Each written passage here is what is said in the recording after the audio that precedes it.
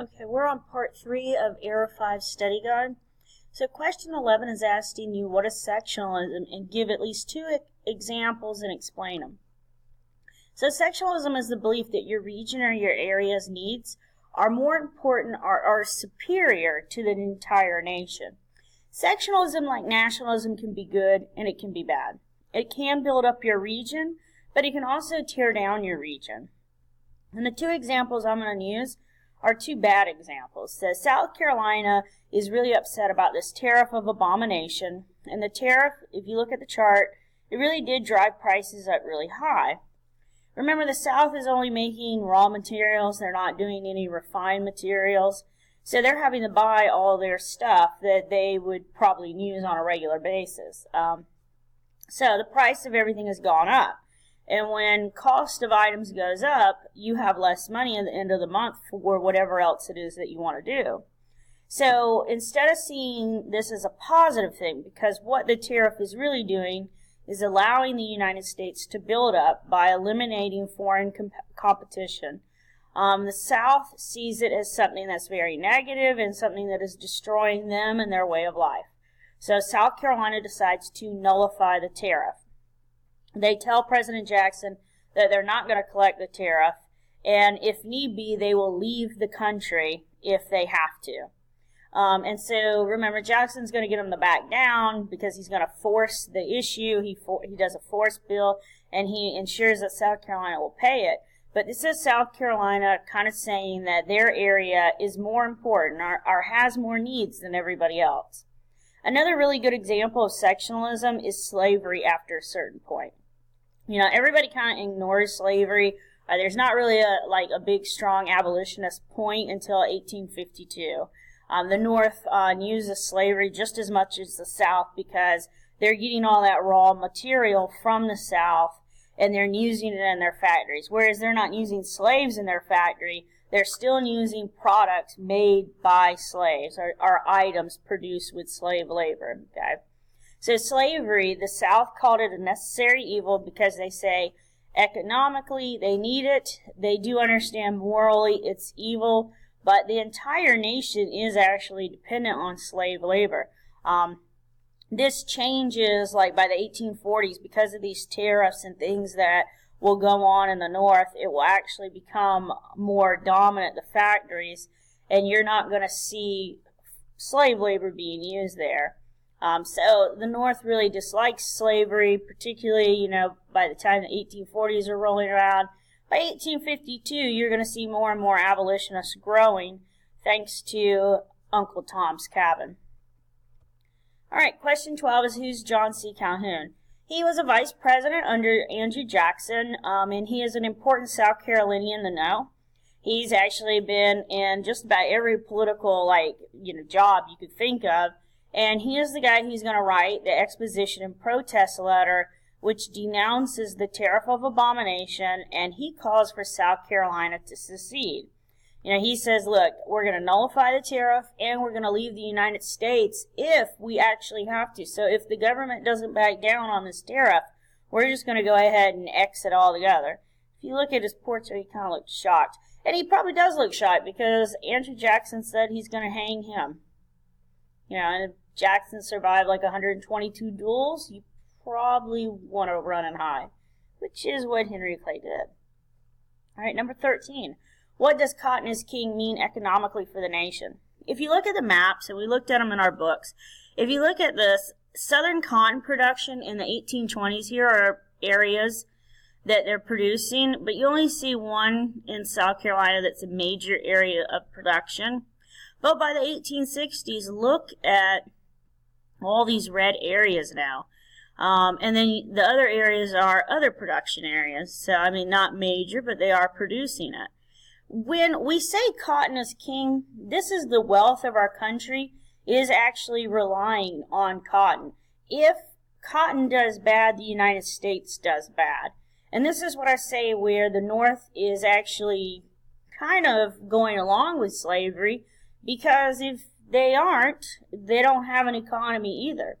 So when the South has a bad year, so does the North. It's not until the factories are up and running and everything's doing a lot better with the factories, do you actually see them starting to bulk or argue against slavery? Number 14 is, what did Southerners call the Tariff of 1828, the Tariff of Abomination? So they really believed, or why did they believe it? They believed that the tax on imported goods was way too high. And I showed you that chart. It was really high. But they believe, or at least the country believes, that it's necessary to protect the northern industries. It's necessary to protect those baby little factories that are starting to grow in the north. They want the tariff lowered, and that's where we get that nullification crisis. And they actually do get the tariff lowered a little bit. So when they did threaten secession, the Congress goes ahead and decides to lower the tariff a little bit. Not necessarily something that maybe Jackson would have went along with, but I mean, we do get a lower tariff, okay? So, and here's our little meme. So, when you look at number 15, what political party was formed to support presidential candidate Andrew Jackson? After the election of 1824, Jackson's followers, his friends, his guys who have been supporting him this whole way, they get really upset that he lost, and so they form the Democrat Party. And this is what we're going to call it from this point out, the Democrat Party.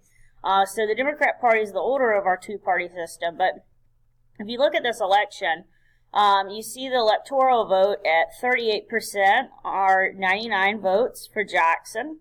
You see that here on popular vote, he gets 43% of the popular vote. And John Quincy Adams is lower.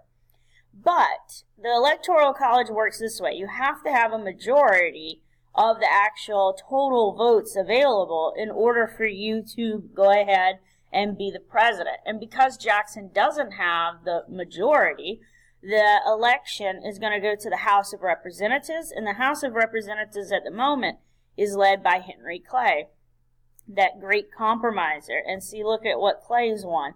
See, he's won a couple of the areas. So what Henry Clay basically does is he throws his support in favor of John Quincy Adams. John Quincy Adams wins the election in 1824, and Andrew Jackson's supporters form the Democrats because of it. So now you've got a political party who will be campaigning basically for the next 4 years to be the president, and in 1828 he will actually become the next president.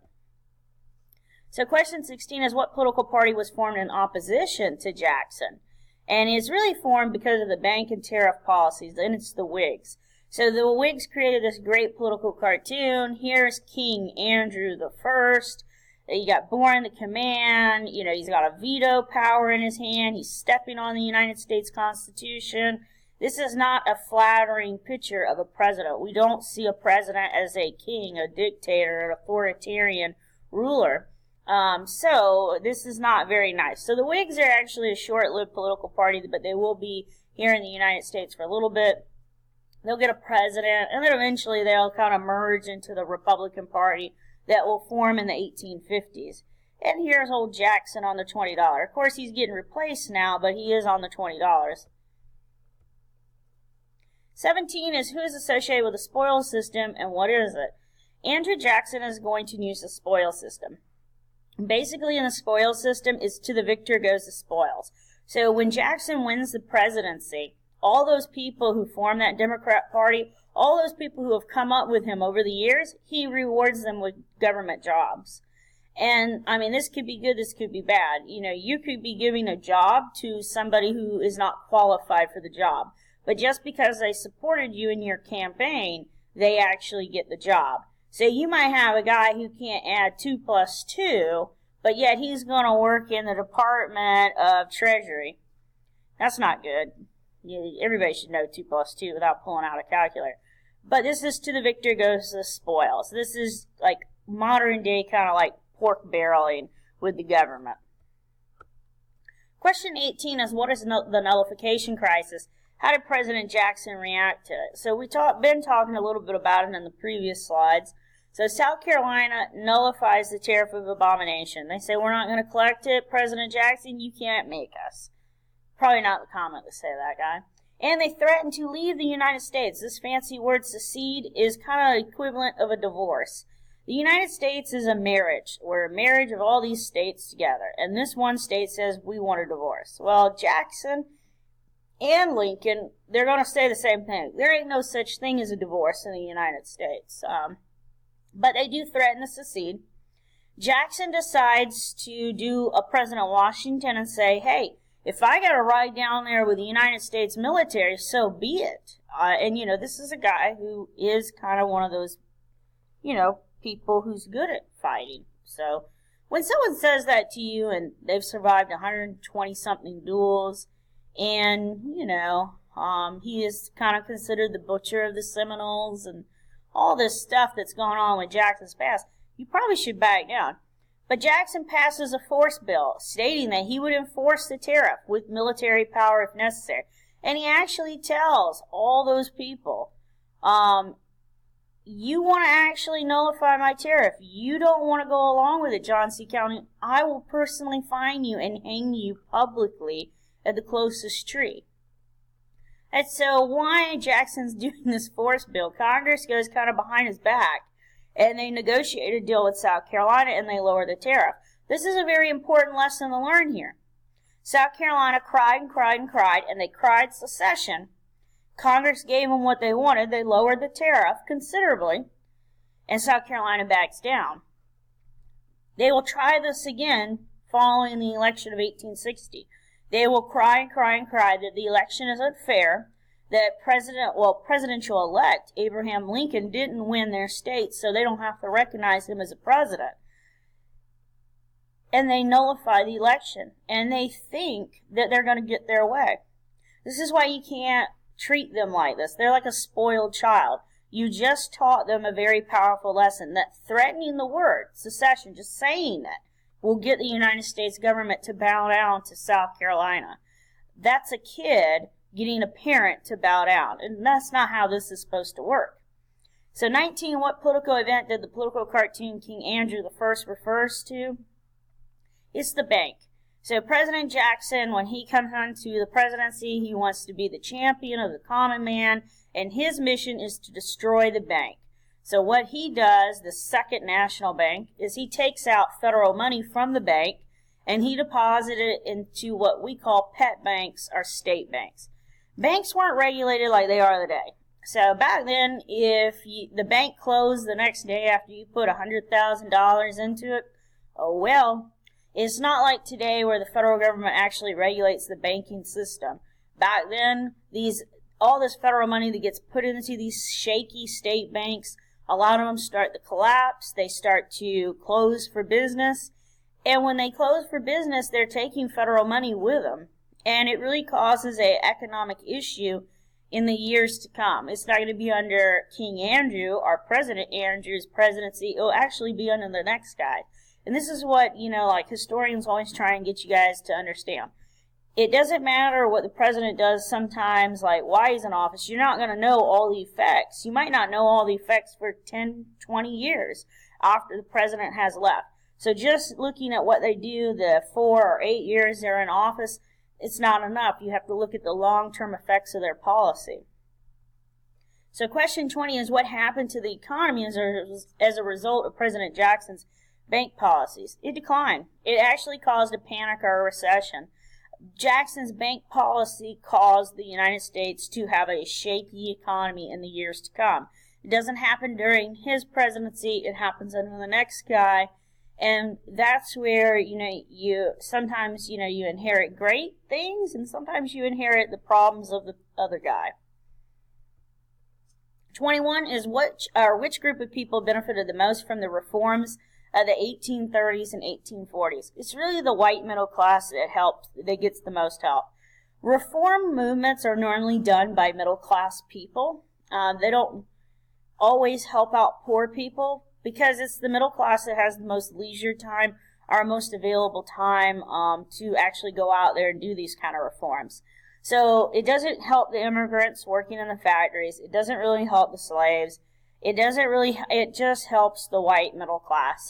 You're going to get education a little bit more offered. I mean, it's not going to be a large scale effort at helping everybody. They're the ones that have the most to gain.